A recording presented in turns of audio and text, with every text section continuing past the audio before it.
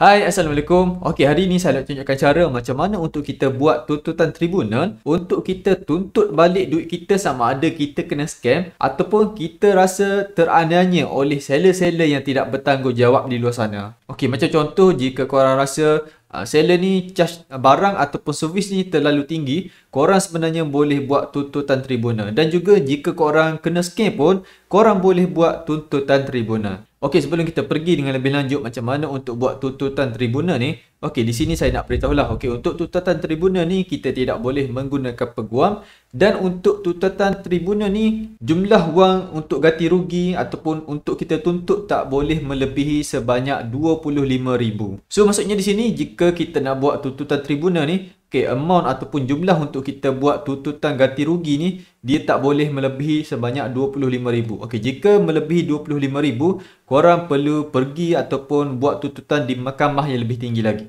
Okey, tanpa buang masa lagi, jom kita tengok macam mana untuk buat tuntutan tribunal untuk kita dapatkan semula duit kita tu daripada seller-seller ataupun scammer yang tidak bertanggungjawab. Okey, first kali untuk buat tuntutan tribunal ni, apa yang perlu kita buat adalah kita perlu isi terlebih dahulu borang-borang yang perlu kita isi. Okey, untuk isi borang, kita boleh pergi ke laman web kpdnhp.gov.my. Okey, nanti link penuh ni saya akan letakkan di bawah description video ni.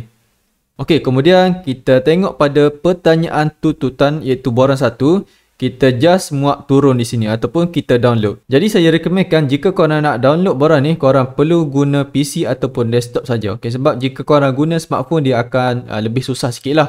Okey, lepas kita dah download borang di sini, okey, so di sini korang akan dapat lihat borang yang telah kita download seperti tadi. Okey, macam ni lah bentuk dia. Okey, dia ada sebanyak 4 muka surat. Jadi di sini saya cuba terangkan satu persatu pada setiap helaian muka surat ni. Okey, apa yang perlu korang buat? Okey, jika korang tengok di sini, okey, yang ni kita boleh tinggalkan dulu.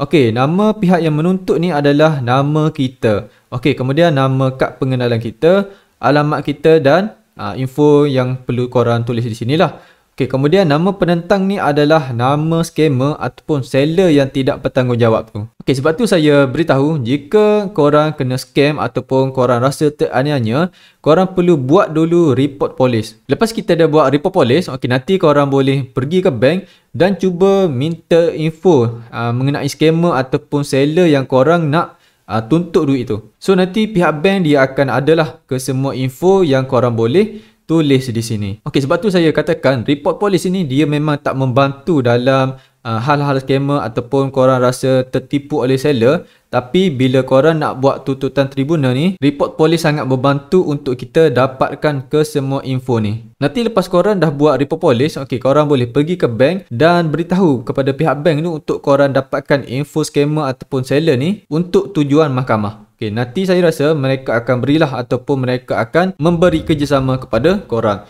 Okey, kemudian kita pergi ke muka surat yang kedua. Okey, tuntutan pihak yang menuntut ialah untuk jumlah RM. Okey, yang ni adalah kita perlu tulis di sini jumlah berapa yang kita nak tuntut. Okey, sebanyak 1,000, 2,000, 3,000 sehinggalah 25,000. Okey, korang tak boleh lebih daripada 25,000 untuk buat tuntutan tribunal ni.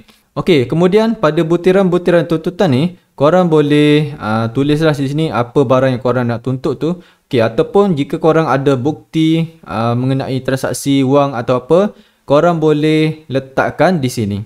Okey, kemudian di sini kita ada tarikh. Okey, tarikh ni adalah tarikh masa bila kita isi borang ni. Okey, kemudian tarikh pemfailan ni, okey, tarikh masa bila kita buka borang tuntutan ni. Okay, kemudian di sini kita perlu tanda tangan sikit. Okay, pada setiausaha ni kita tinggal lah. Okay, sebab nanti kita akan pergi ke pejabat tuntutan tribunal dan nanti diorang akan isilah pada bahagian ni. Okey, kemudian seterusnya pada muka surat yang ketiga dan juga yang keempat ni tak ada apa pun untuk kita isi. Okey, kita perlu isi hanya pada muka surat 1 dan muka surat 2 sahaja. Okey, pada muka surat 3 dan muka surat 4 ni dia hanya info saja yang korang perlu bacalah. Okey, nanti saya sangat sarankan kepada korang untuk baca apa yang perlu korang buat di sini. Okey, sebagai contoh di sini saya nak highlightkan beberapa perkara yang telah saya beritahu sebelum ni. Okey, untuk buat tuntutan tribunal ni kita tidak boleh melebihi sebanyak 25,000. Okey, dan juga korang tak boleh menggunakan peguam dalam tuntutan tribunal ni. Okey, so korang perlu buat diri sendirilah. Okey, jadi apa yang perlu korang buat lepas kita dah siap isi borang ni, okay, korang perlu pergi ke pejabat KPDN HEP ataupun tuntutan tribunal untuk korang buka fail tuntutan ni. Okey, untuk buka fail tuntutan ni, kita perlu membayar sebanyak ataupun iuran lah, fee sebanyak RM5 sahaja. Okey, nanti kemudian korang ada 4 salinan yang perlu korang isi nanti. Okey, dan ada satu salinan ni kita perlu menghantar sendiri ke alamat scammer tu. Okey, sebab tu saya katakan korang perlu pergi ke bank dan dapatkan info scammer tu untuk kita dapatkan alamat si scammer tu melalui nombor akaun yang telah kita bank in. Okey, dia ada beritahu di sini.